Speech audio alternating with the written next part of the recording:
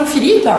Bonjour Clémence. Alors, nouvelle interview de la semaine, on reçoit Vanves ce week-end, donc c'est la dernière journée des matchs allés du championnat de cette année, donc on voulait te rencontrer pour faire un bilan de cette première partie. Donc on le rappelle, 8 défaites, 4 victoires.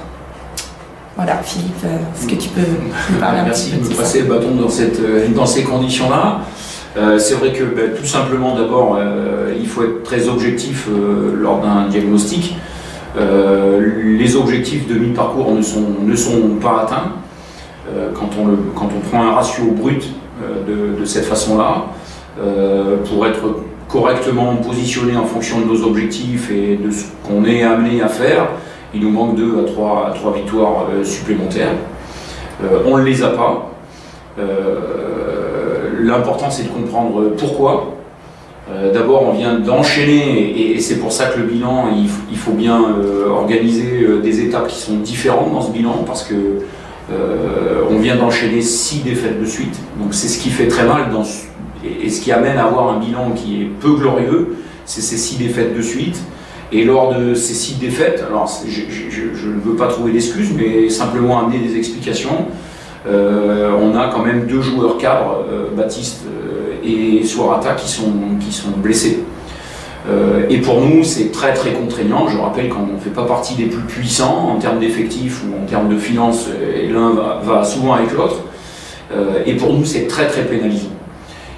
Il n'en demeure pas moins que quand on a des blessés, on doit attendre que d'autres joueurs cadres prennent le relais, élèvent leur niveau de performance. Ça, c'est la première des choses. On ne l'a pas suffisamment assez, et surtout assez ensemble.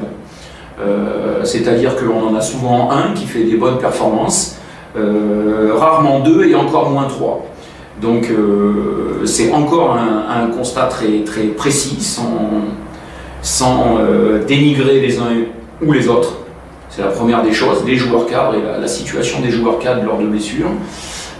Et après, il y a les joueurs de rotation qui sont amenés à avoir un rôle qui est plus important. Et force est de constater que les joueurs de rotation n'amènent pas concrètement, n'arrivent pas à concrètement élever leur niveau de jeu et remplacer un peu les absents et à répondre aux opportunités qui leur sont données. Parce que c'est des opportunités qui sont données d'un point de vue sportif que personne ne peut nier. Donc ça, c'est une part d'explication lors de ces 6 défaites, mais malheureusement on n'a pas perdu que lors de ces 6 derniers matchs, mais ça fait déjà un gros volume à expliquer. Et malgré tout, on a aussi perdu quelques matchs précédemment à ces blessures-là.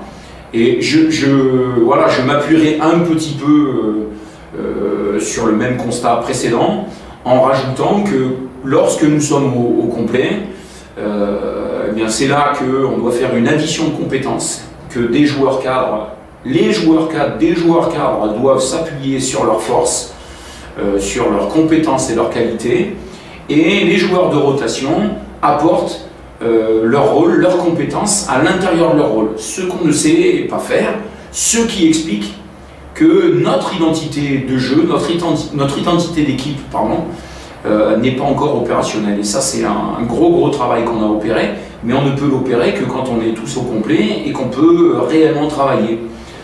Et aujourd'hui, ça fait maintenant 4 semaines qu'on travaille, pas dans le sens que je voudrais. Je ne voudrais pas que les gens pensent qu'on ne fait rien. Malheureusement, on le fait, mais on ne peut pas faire d'opposition à 5 contre 5, repréciser des choses, travailler pour exploiter des compétences et arriver à trouver des balances, enfin des agencements qui soient très précis. Voilà, sans être trop lourd, excusez-moi, mais voilà, c'est une forme de diagnostic qu'il faut être capable de faire pour que chacun se positionne précisément. Et du coup, alors pour cette deuxième partie du match retour, le problème entre guillemets a été analysé. Oui, alors analyser, c'est pas compliqué. Chacun doit être capable, quand on a une certaine expérience, chacun doit être capable de savoir où il est bon, où il n'est pas bon et où il doit apporter des solutions.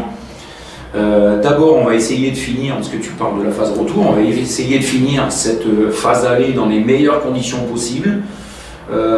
D'abord, bien que c'est un match très important pour nous, Et c'est là qu'il ne faut pas évacuer le contexte en disant oui, mais machin. C'est un match très très important pour nous.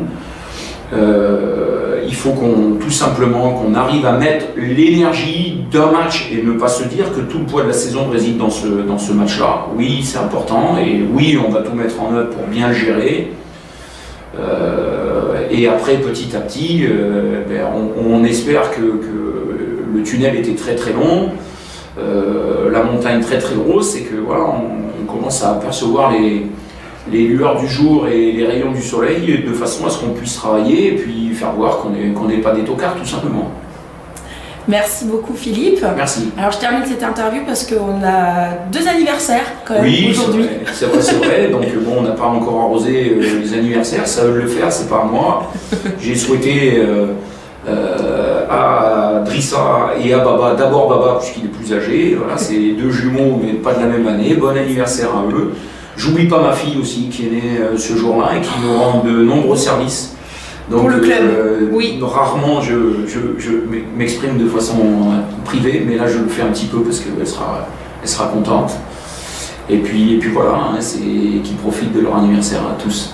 Merci Philippe et rendez-vous samedi contre Vanves à 20 h au Palais des Sports de Kervaric. C'est ça. Merci. Au revoir.